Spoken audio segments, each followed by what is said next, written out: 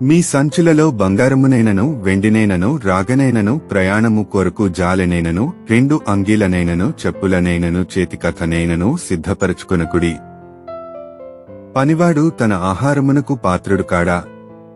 మరియు మీరు ఏ పట్టణములో నైనను గ్రామములోనైనను ప్రవేశించినప్పుడు అందులో ఎవడు యోగ్యుడో విచారణ చేసి అక్కడ నుండి వెళ్ళు వరకు అతని ఇంటనే బస చేయుడి.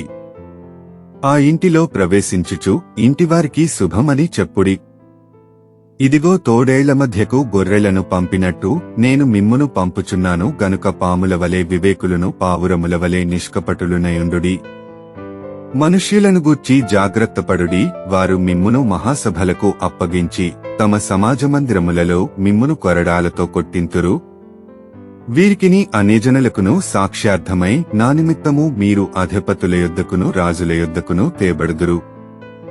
వారు మిమ్మును అప్పగించినప్పుడు ఎలాగు మాటాడుదుము, ఏమి చెప్పుదుము అని చింతింపకుడి. మీరేమి చెప్పవలెనో అది ఆ గడియలోనే మీకను గ్రహింపబడును. మీ తండ్రి ఆత్మ మీలో ఉండి మాటలాడుచున్నాడే గాని మాటలాడువారు మీరు కారు. మీరు నా నామము నిమిత్తము అందరిచేత ద్వేషింపబడుదురు, అంతము వరకును సహించినవాడు రక్షింపబడును.